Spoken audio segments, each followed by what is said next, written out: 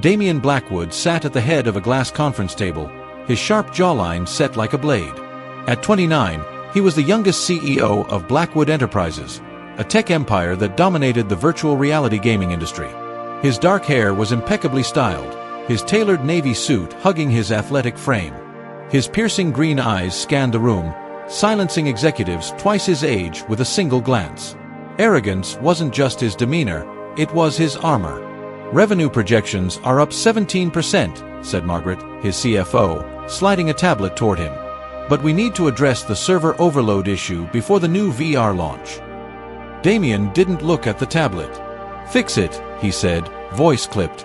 "I don't pay you to tell me problems. I pay for solutions." Margaret flushed but nodded. The room stayed silent, the weight of Damian's presence suffocating. He thrived on control, on being untouchable. His employees called him the Titan behind his back, not out of admiration, but fear. His phone buzzed. A text from Celeste Monroe, his girlfriend of 6 months. "Dinner tonight? I booked us at La Perla. 8 p.m. Celeste was a model, all sharp cheekbones and sharper ambition. She fit his world, glamorous, predictable, a perfect accessory for a man like him. He typed back, "Fine."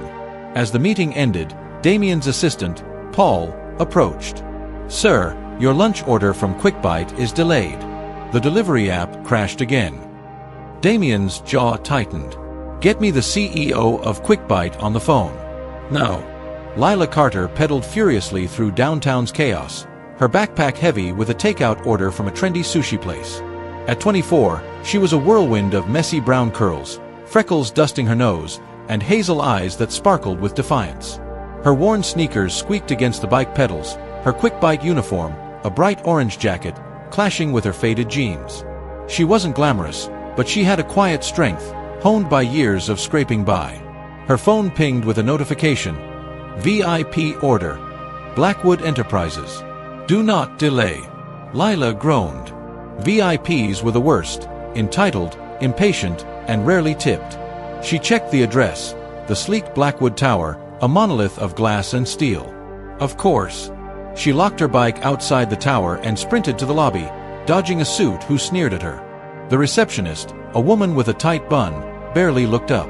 42nd floor. "Don't keep Mr. Blackwood waiting." Lila's stomach twisted. Damian Blackwood.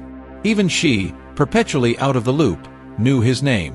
The tech prodigy who'd built an empire by 25. Arrogant, ruthless, and probably insufferable.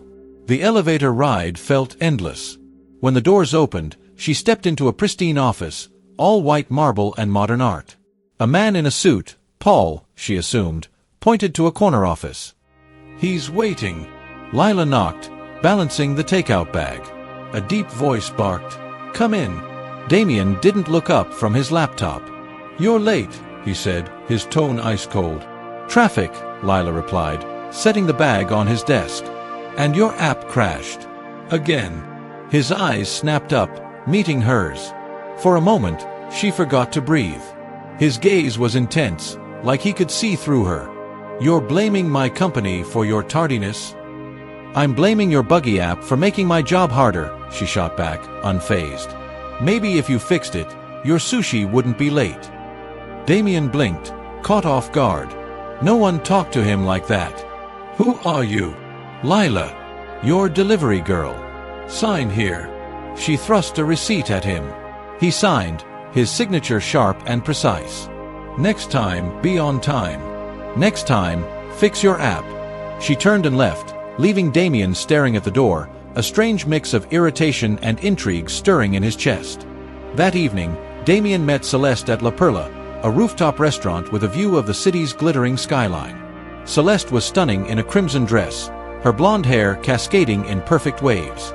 Heads turned as she leaned across the table, her smile calculated. "You've been distracted all night," she said, sipping her wine. "Work again." "Always," Damian replied, his mind drifting to the delivery girl's audacity. "Lila." Her name stuck like a burr. Celeste's eyes narrowed. She wasn't used to competing for his attention. "You should delegate more. Let your minions handle the grunt work." "They're not minions," he said, though his tone lacked conviction. He liked control too much to delegate. Celeste leaned closer, her perfume cloying. "You're too tense, darling. Let me fix that." Her hand grazed his under the table, possessive. Damian pulled away, standing. "I have an early meeting. Let's go." Celeste's smile tightened, but she followed. She always did. She wanted the status, the power, the life Damian represented. But as they left, he couldn't shake the image of hazel eyes and a defiant smirk. The next week, Lila delivered to Blackwood Tower again. This time, Damian was in the lobby, arguing with a flustered Paul. She caught his eye as she handed over a bag of Thai food. "You again," Damian said, his tone half annoyed, half curious. "Me again," Lila replied, wiping sweat from her brow. "App's still garbage, by the way." Paul gaped, but Damian's lips twitched, almost a smile. "You're bold for a delivery girl." "And you're rude for a CEO," she countered, handing him the receipt. "Sign." He did, slower this time, studying her. Her uniform was wrinkled, her hair escaping its ponytail, but there was a fire in her that he couldn't ignore. "What's your deal, Lila?" "My deal?" She laughed, sharp and genuine. "I deliver food to pay rent." "What's yours?" He didn't answer, but as she walked away, he felt a pull he couldn't explain. Celeste noticed the change in Damian. He was distracted, checking his phone more often, canceling plans. She didn't become the girlfriend of a billionaire by being oblivious. One evening, she followed him to his office, claiming a surprise visit. She found him reviewing QuickBytes app data, muttering about delivery delays. "Who's Lila Carter?" she asked, spotting a delivery receipt on his desk. Damian stiffened. "No one. A courier." Celeste's smile was venomous. "You don't keep receipts from no one." "Drop it, Celeste," he said, but her wheels were turning. She hired a private investigator the next day. If this Lila was a threat, Celeste would crush her. Over the next month, Lila's deliveries to Blackwood Tower became a routine. Each encounter was a sparring match, her wit against his arrogance. Damian started ordering lunch daily, timing it for her shift. He didn't admit it, but he looked forward to her barbs. One rainy afternoon, Lila arrived soaked, her orange jacket clinging to her. Damian was alone in his office. "You look like a drowned rat," he said, tossing her a towel. "Charming," she replied, drying her hair. "You ever try biking in a storm?" "Why do you do it?" he asked, genuinely curious. "This job." She shrugged. "Bills don't pay themselves. And I like the freedom." He envied that freedom, he realized. His life was a cage of expectations. "You're wasted on this," he said suddenly. Lila raised an eyebrow. "And you're wasted on being a jerk. Yet here we are." He laughed, a rare, unguarded sound. For the first time, he saw her not as a delivery girl, but as someone who challenged him in a way no one else dared. Celeste's investigator dug up dirt on Lila, a community college dropout, estranged from her family, living in a cramped studio apartment. Perfect leverage. Celeste arranged a chance encounter at a charity gala Damian hosted, ensuring Lila was there as a caterer's assistant. Lila, in a borrowed black dress, felt out of place among the elite. When Celeste approached, her smile was predatory. "You're the delivery girl, right? Damian's little project." Lila's hackles rose. "I'm nobody's project." "Stay away from him," Celeste hissed. "You're nothing but a distraction." Lila held her ground. "If he's distracted, maybe that's on you." Celeste's eyes flashed, but before she could retort, Damian appeared. "Everything okay?" he asked, his gaze flickering between them. "Fine," Celeste purred, looping her arm through his.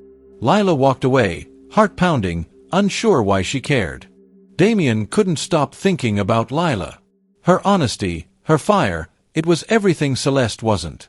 He ended things with Celeste that night, citing different paths. She didn't cry, she schemed. The next day, Lila's QuickByte account was suspended for customer complaints.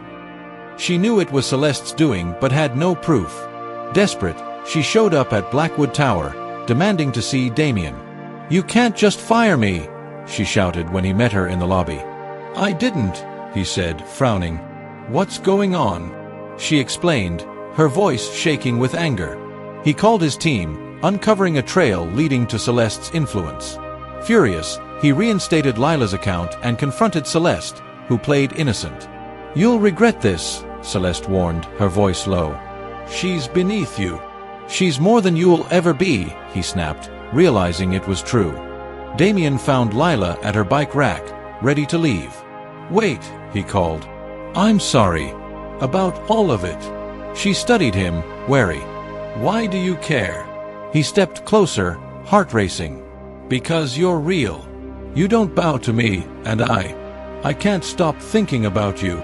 Lila froze, her breath catching. "You're my boss, kind of. And you're you." "I'm just a guy," he said softly. "A guy who's falling for you." She laughed, nervous. "You're insane." "Maybe," he said, smiling. "Go out with me. One date." She hesitated, then nodded. "One date. Don't make me regret it." Their date was simple, a diner, not a fancy restaurant. Damian, in jeans and a hoodie, looked almost human. Lila wore her favorite sweater, her guard slowly lowering. They talked for hours, about her dreams of opening a food truck, his pressure to stay on top. For once, he wasn't the titan. But Celeste wasn't done. She leaked a story to the tabloids. Billionaire CEO dumps model for delivery girl. The article painted Lila as a gold digger, Damian as a fool. Social media exploded, and Lila's life unraveled. Strangers harassed her. Her landlord threatened eviction. Lila stopped delivering to Blackwood Tower, avoiding Damian. He tracked her down at her apartment, ignoring her protests. "This is my fault," he said. "Let me fix it." "You can't," she snapped. "Your world doesn't want me in it." "I want you in it," he said, voice raw. "I love you, Lila." She stared, tears welling. "You don't know me." "I know enough," he said. "And I'll fight for you." Damian used his resources to trace the leak to Celeste, exposing her sabotage publicly. The backlash hit her hard. Her modeling contracts dried up, her social circle shunned her. But Lila wasn't ready to forgive. She needed space, time to rebuild. Damian respected her wish, but he didn't give up. He sent her a new bike, a food truck business plan, anonymous donations to her favorite charities. Slowly, she saw the man behind the arrogance. 3 months later, Lila's food truck, Lila's Bites, opened to a crowd. Damian was there, not as a CEO, but as her first customer. "Proud of you," he said, handing her a tip, a note that read, "I'm still waiting." She smiled, heart thawing. "One more date," she said. "But you're paying." He grinned. "Deal." Their relationship wasn't perfect. Damian's world was still cutthroat, Lila's fiercely independent. But they balanced each other, his ambition, her heart. Celeste faded into obscurity, her schemes a footnote.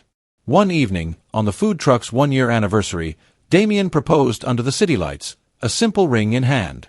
Lila laughed, tears streaming. "You're still insane." "And you love it," he said.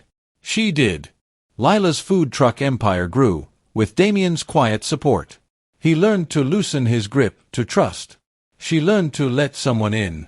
Together, they were unstoppable, not a titan and a delivery girl, but two people who chose each other against all odds. The city hummed around them, but in their world, it was just pride, pasta, and a love that refused to quit.